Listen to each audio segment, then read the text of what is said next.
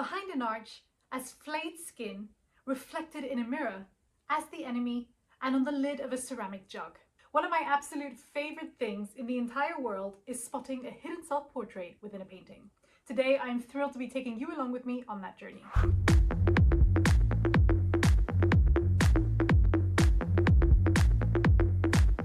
Welcome back to About Art. For those of you who are new to my channel, my name is Tatiana and I'm on a mission to make art history accessible and engaging. So if you haven't already, make sure to click that subscribe button so you don't miss any more art historical content. Otherwise, let's dive right in.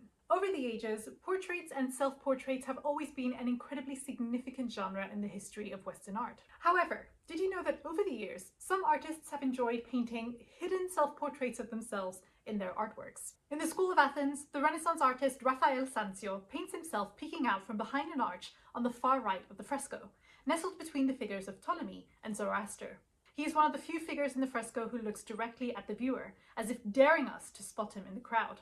While he is visible enough for us to notice him, his presence doesn't detract from the rest of the fresco. In this work of art, Raphael places himself alongside an extensive medley of important philosophical figures, most of whom are presented in the guise of his contemporaries. For instance, Leonardo da Vinci is represented as Plato, Michelangelo embodies Heraclitus, and Bramante takes on the guise of either Euclid or Archimedes. Subtle self-portraits like these were common amongst early Italian Renaissance artists who sought to highlight their status as intellectual humanists and artists at a time when creativity and individuality was being celebrated like never before. These artists would often place themselves to the far right of their commissioned artworks or altarpieces and often show themselves looking outwards directly at the viewer. For example, in the Adoration of the Magi, the artist Botticelli could be seen gazing rather self-importantly over his shoulder at us, highlighting his involvement in the work. Other artists of the Italian Renaissance have taken more creative liberties with their hidden self-representations. For example, in his Last Judgment in the Sistine Chapel, Michelangelo shockingly paints himself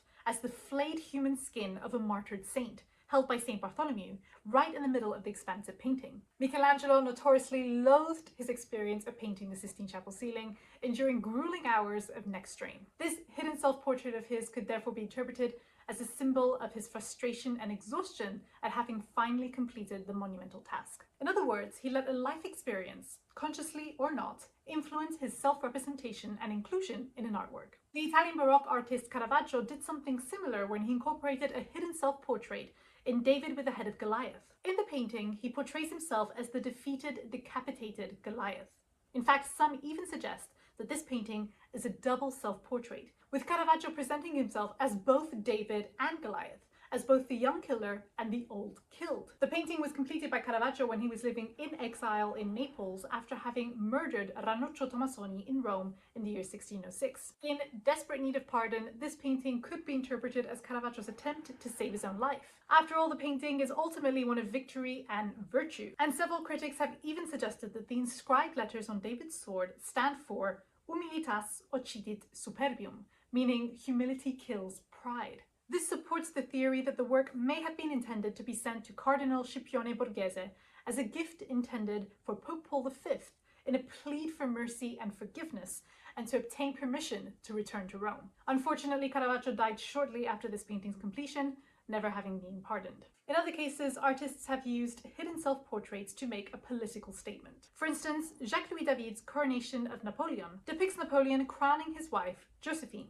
Look closely and you'll find David himself, seen sketching from a theatre box in the central background of the painting. Although he had previously supported the overthrow of the monarchy, David later pledged loyalty to Napoleon and became his court painter. This hidden self-portrait clearly and intentionally reflects David's allegiance to Napoleon. Sometimes hidden self-portraits raise more questions than answers and simply cannot be explained. For example, Paul Gauguin painted himself as the creepy clown doll to the right of a young boy in his Sleeping Baby Etude of 1881. Don't ask me why or what this is meant to signify. Anyway, let's have a look at something less creepy and less somber. Artists of the Northern Renaissance have tended to take a rather different approach to hidden self-representation. They often populate their paintings and still lifes with portraits that are much less easy to find, and therefore all the more rewarding to discover. In Rembrandt's The Night Watch, this figure wearing a beret, who emerges from the shadows, is thought by some to be a self-portrait of the artist himself.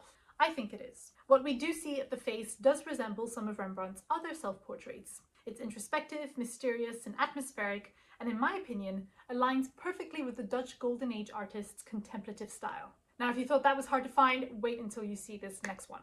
Jan van Eyck is famous for his expert depictions of textures and surface reflections. In the Arnolfini portrait, he uses the small mirror between the two figures as a way to break the fourth wall. If you look closely, you will notice that the mirror reflects two more figures who appear to be standing in the back of the room, one of whom is holding a paintbrush. Here, Jan van Eyck has painted himself standing before the two protagonists in the very act of painting them. The Latin script visible at the top of the painting confirms this sneaky reflection and inclusion of himself as the artist, perhaps accompanied by his assistant, as the words translate to Jan van Eyck was here.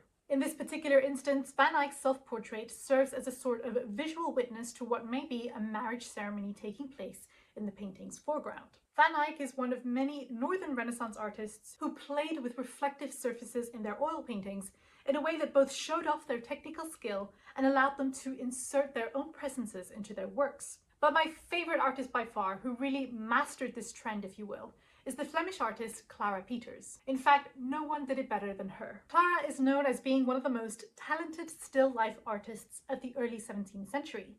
She produced realistic still life paintings featuring meticulously painted food items,